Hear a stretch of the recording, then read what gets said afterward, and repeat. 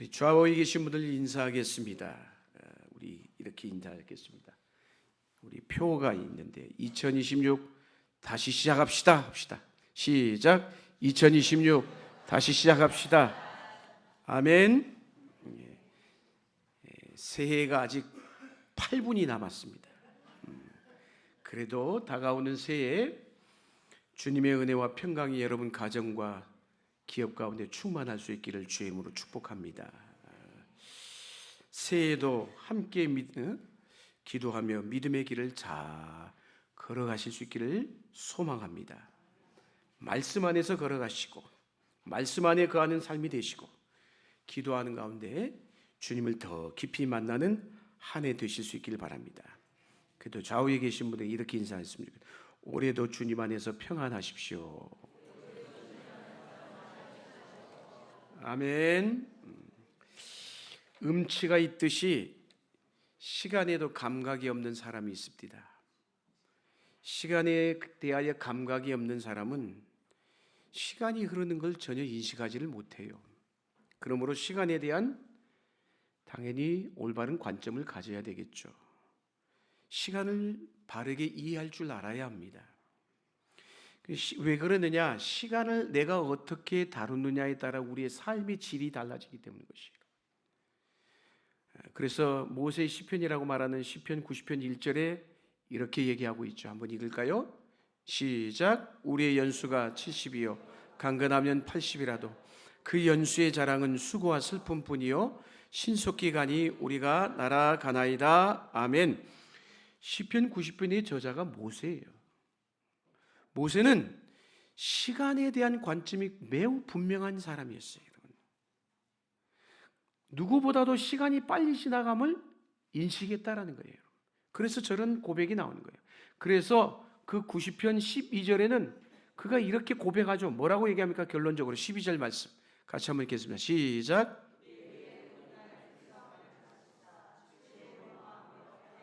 아멘. 모세는 시간을 계수하는 법, 나를 계수하는 법을 알아야 지혜롭다라고 얘기를 하고 있어요. 그래서 모세는 뭐라고 해요? 날 계수하는 지혜를 가르쳐 달라고 얘기하고 있는 거예요. 여러분, 우리의 날이 얼마나 짧은가를 헤아릴 수 있게 해달라고 하나님 앞에 기도해야 됩니다. 100세 시대라고 하지만 우리 인생은 그렇게 길지를 못해요, 여러분.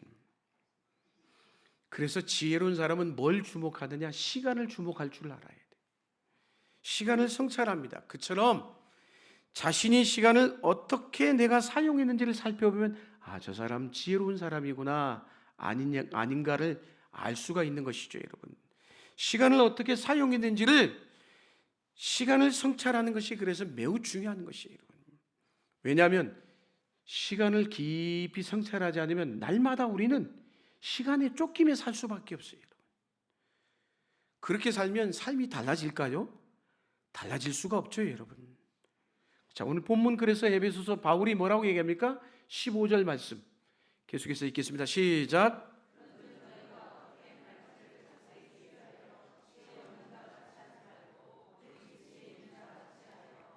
아멘. 어떻게 행할지를 자세히 주의하는 것, 그게 바로 시간을 성찰하는 자의 태도인 것이에요. 지혜로운 사람은 그래서 자기에게 주어진 시간을 아무렇게나 무분별하게 사용하지 않아요, 여러분. 자신이 그래서 이 시간을 가지고 어떻게 행할지를 자세하게 주의하며 살아갑니다. 이 사람이야말로 지혜로운 자인 것이죠, 여러분. 그래서 우리가 잘 아는 창세기 12장 4절에 보면 믿음의 조상이었던 아브라함에 대해서 이렇게 말씀하죠. 한번 읽을까요? 시작.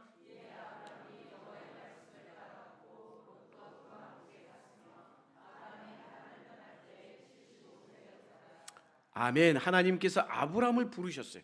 근데 그때의 나이가 몇 세였다고요? 75세였다라고 했어요. 이때부터 아브라함의 영적 삶이 바뀐 거예요. 달라진 거예요, 여러분. 75세 이전에는 아브라함이 어떤 삶을 살았을까요? 우상을 섬기는 삶을 살았어요. 하나님을 알지 못했다니까요. 그러므로 아브라함의 삶에서 이 75라는 이 숫자, 75세 이전의 시간은 중요하지가 않아요. 아브라함은 75세 이후부터 하나님의 백성으로 하나님의 인도하신 대로 살기 시작했기 때문인 것이에요. 아브라함은 다시 말하면 75세부터 하나님과 함께하는 의미 있는 인생이 된 거예요. 출애굽기 12장에도 이런 말씀이 있죠. 12장 1절 2절에 보면 이런 얘기를 하고 있습니다. 한번 읽겠습니다. 시작. 여호와께서 애굽 땅에서 모세와 아론에게 일러 말씀하시되 이 달을 너희에게 달의 시작 곧 해의 첫 달이 되게 하고 아멘. 하나님께서 모세와 아론을 통해서 이스라엘 백성을 애굽에서 나오게 한 출애굽한 그 달의 첫 시작, 그게 뭐라고 얘기하고 있어요? 1년에 우리가 흔히 얘기하는 1월 1일 1월이 되는 거야. 그러니까 이스라엘 백성은 지금까지 살아온 삶은 노예의 삶이었지. 그러나 하나님으로 말미암아 모세를 통해 출애굽한 그 달이 뭐라는 거예요? 한 해의 시작인 거예요. 출발점이라는 거예요, 여러분. 한마디로 이스라엘의 전환점이 된 거예요, 여러분. 그때부터 진정한 이스라엘의 역사가 시작됐다는 얘기인 거예요, 여러분. 여러분, 우리가 모세의 인생을 세 부분으로 나누잖아요. 왕궁에서의 삶이 40년이었고, 그리고 도망에서 광야에서의 삶이 40년이었고, 그리고 하나님의 부름을 받아서 이스라엘 백성을 가나안 땅으로까지 인도한 그 시간 역시도 40년이었어요. 40, 40, 40이었어요.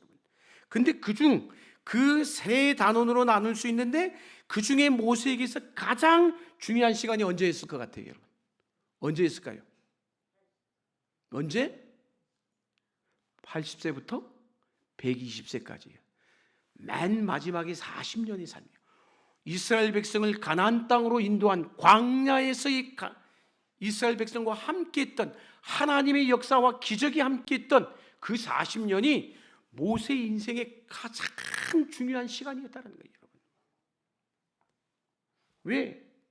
그때부터 모세 인생은 달라졌기 때문인 것이에요. 여러분, 우리의 삶도 똑같아요. 여러분의 삶에 지난 한 해도 살아왔죠. 그리고 여러분이 지금 나이가 있을 거예요. 지금까지 살아온 인생에서 여러분이 언제가 가장 중요한 것 같아요?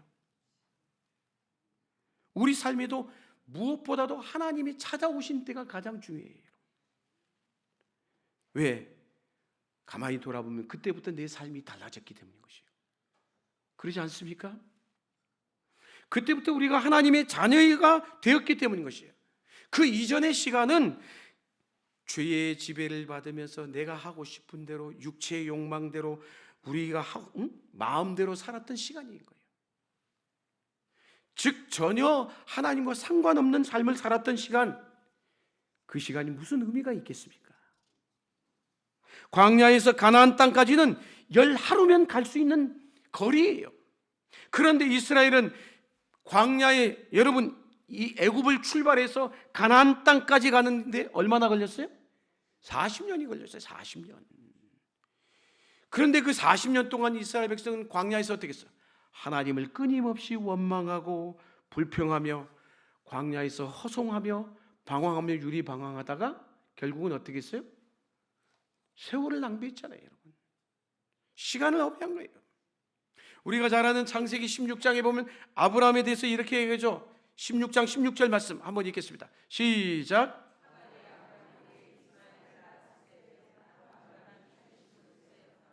여러분, 아브라함이 86세라는 저 나이, 저 때 어떤 일이 일어났어요? 무슨 일이 일어났다고 얘기하고 있어요? 아내 사라의 몸종이었던 하갈이라는 여인을 통해서 누구를 낳았다? 이스마엘을 낳았다라고 했어요.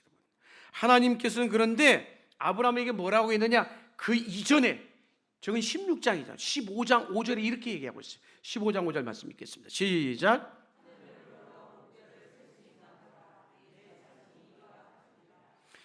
저렇게 분명히 하나님이 뭐라고 했어요? 별을 셀 수 있나 봐라. 내 자손이 저 별들과 같을 것이다. 분명하게 약속해 주셨는데 저 말씀을 믿지 못하고 어떻게 한 거예요? 세상에 아내 말을 들어가지고 몸종인 하갈을 통해서 누구를? 이스마엘을 낳은 거예요. 이게 아브라함의 실패인 거예요. 창세기 17장 1절에 그래서 한 장 건너뛰어서 이스마엘을 낳고 그 다음 장 17장 1절에 이렇게 얘기합니다. 읽겠습니다. 시작.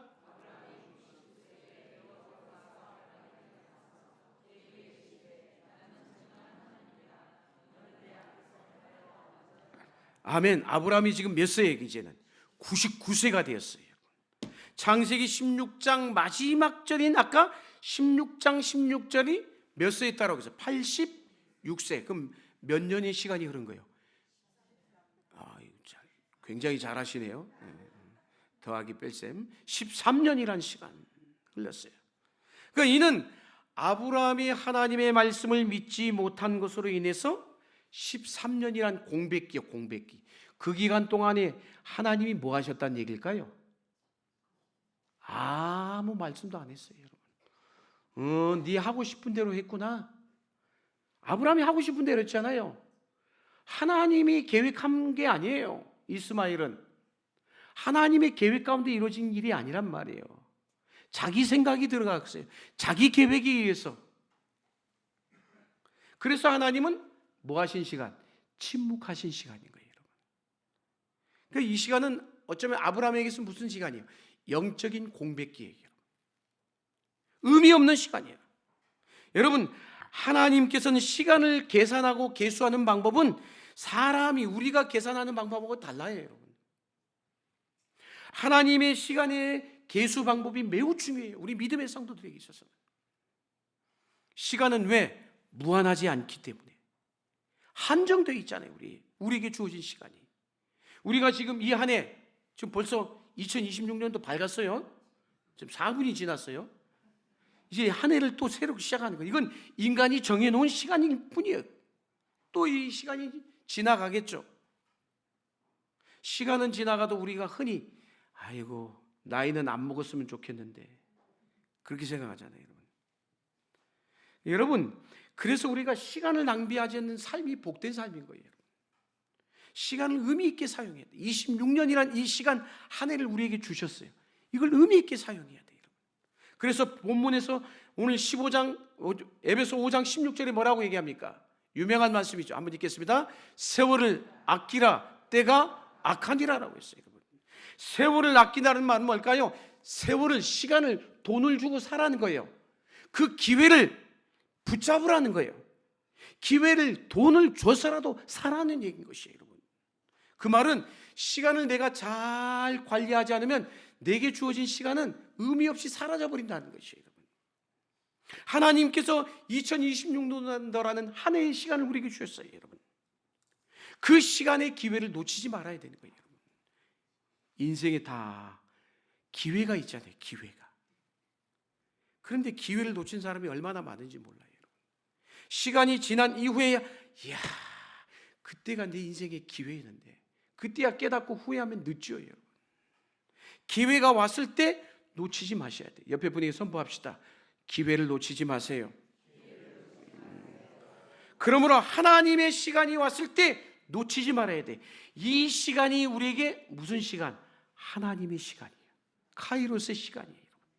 왜? 하나님과 만나는 시간, 하나님과 함께하는 동행하는 인생의 시간, 하나님과 교제하는 시간, 믿음의 시간인 거예요, 여러분.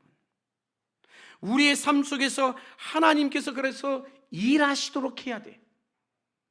근데 아브라함은 자기가 일하니까 그게 13년이란 영적 공백기가 생겨버린 거예요, 여러분. 하나님이 우리의 삶에 개입하셔서 우리의 삶이 온전해질 수 있도록 해야 되는 것이에요. 할렐루야. 그래서 5장 16절에 아까 뭐라고요? 세월을 아끼라 때가 악하다라고 얘기하고 있어요. 우리는 타락한 세상, 이 죄로 오염된 세상에 살고 있습니다. 세상은 자꾸 야, 너 하고 싶은 대로 하라 이렇게 부추기는 세상이에요, 여러분. 그 속에서 우리가 그냥 가만히 있으면 시간은 악해질 수밖에 없는 게 우리가 살아가는 세상이에요, 여러분. 세상에서는 죄를 지을 수밖에 없단 말이에요, 여러분. 세상 속에 살다 보면 그래서 시간을 낭비하게 돼 있어요, 여러분. 세상의 문화에 오염될 수밖에 없다는 거예요, 여러분. 그래서 우리가 관심을 가지는 것, 여러분 이 한 해 동안 내가 무엇에 관심을 가져야 되는지, 우리가 주목하는 것, 내가 무엇을 주목해야 되는지 이게 중요한 것이에요. 하찮은 것에 관심을 갖다 보면 시간 낭비하게 되어 있습니다, 여러분. 그러면 우리는 시간과 돈을 무엇을 위해서? 하나님의 나라를 위해서 적극적으로 사용하셔야 되는 것입니다. 이 시간과 돈을 선한 일에 사용하지 않으면 거꾸로 어떤 일에 사용될까요? 악한 일에 사용될 수밖에 없는 거예요. 그래서 오늘 5장 17절 같이 한번 읽겠습니다. 17절 시작.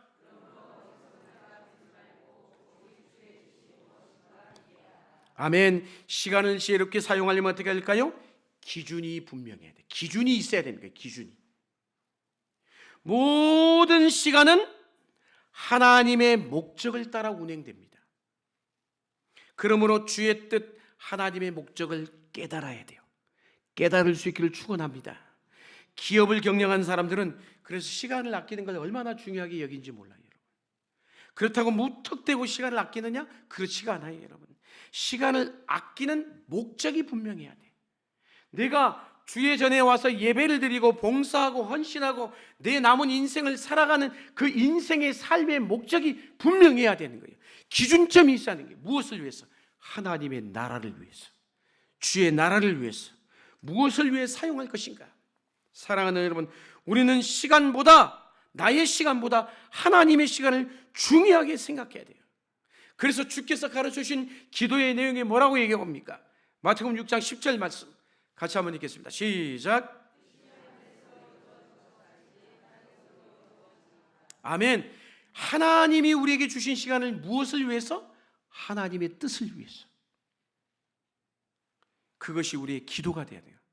이 한 해 동안 살아가는 동안 여러분의 기도가 하나님의 뜻이 하늘에서 이루어진 것 같이 땅에서도 이루어지이다.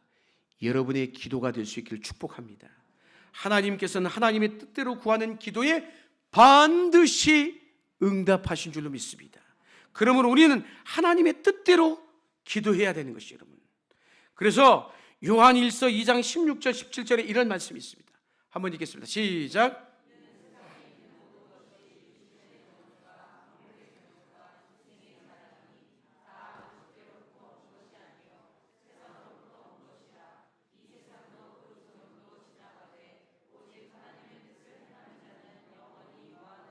아멘. 이 세상의 것 다 지나간다고 해서 오직 무엇만이 영원하다고요?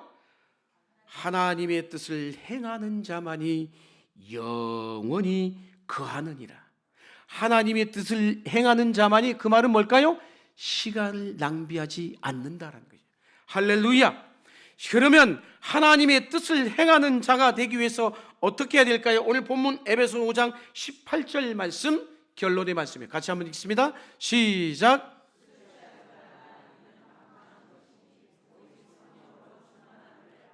아멘. 술에 취한 사람은 분별력이 있을까요? 없을까요? 없어요. 술 취한 상태에서, 그래서 술 취한 상태에서 하는 건 의미가 없는 거예요. 의미가 없어. 성령으로 충만해져서 여러분의 내면이 변화되어야 합니다.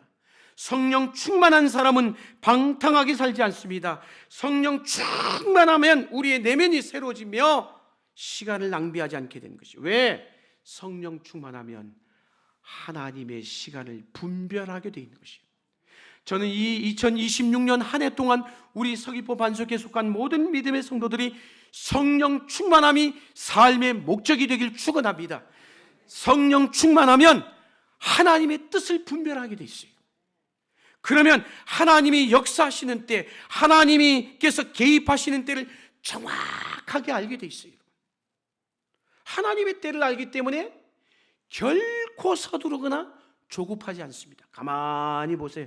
세상 사람들이 얼마나 조급한지, 얼마나 서두르는지. 여러분, 하나님의 때를 알지 못하니까 자꾸 섣불리 조급하게 행동하는 거예요. 여러분, 하나님의 때를 알지 못하는데 왜 서두르는 거예요? 마음이 조급해지기 때문이에요. 그러나 하나님의 때를 아는 사람은 무엇이 있을까요? 마음의 여유가 있어요. 여유가. 이 안에 하나님의 성령으로 충만하셔서 여러분의 마음에 여유가 있기를 축원합니다. 이 불안한 세상, 예측 불허의 세상에서 성령 충만하면 마음의 여유가 있어요. 여러분, 아무리 힘들어도 서두르지 않는다는 것이에요. 성령 충만한 사람은 어떤 상황과 환경에도 안달복달하지 않아요, 여러분. 성령 충만한 사람은 왜? 하나님이 반드시 내 인생에 언젠가는 개입한 것을 알기 때문에 그때를 목격하기 위해서 참고 인내하고 기다릴 줄 알아요. 그래서 우리의 일상에 최선을 다해야 되는 것이죠. 사랑하는 성도 여러분, 이 안에 할 수 있는 것은 여러분이 최선을 다해야 돼. 결과는 어떻게 해야 될까요? 하나님께 맡길 수 있기를 축복합니다. 우리는 이제 한 해를 보내고 새로운 한 해인 2026년도를 걸어갑니다. 이 한 해 동안 성령 충만함으로 하나님께서 우리에게 분별력을 주셔서 하나님의 뜻을 명확하게 알게 하실 것입니다. 하나님께서 우리의 삶을 복되게 하실 것입니다. 하나님께서 우리의 삶 속에 큰 일을 행하는 이 한 해가 되실 수 있기를 주의 이름으로 간절히 축원합니다. 기도하시겠습니다.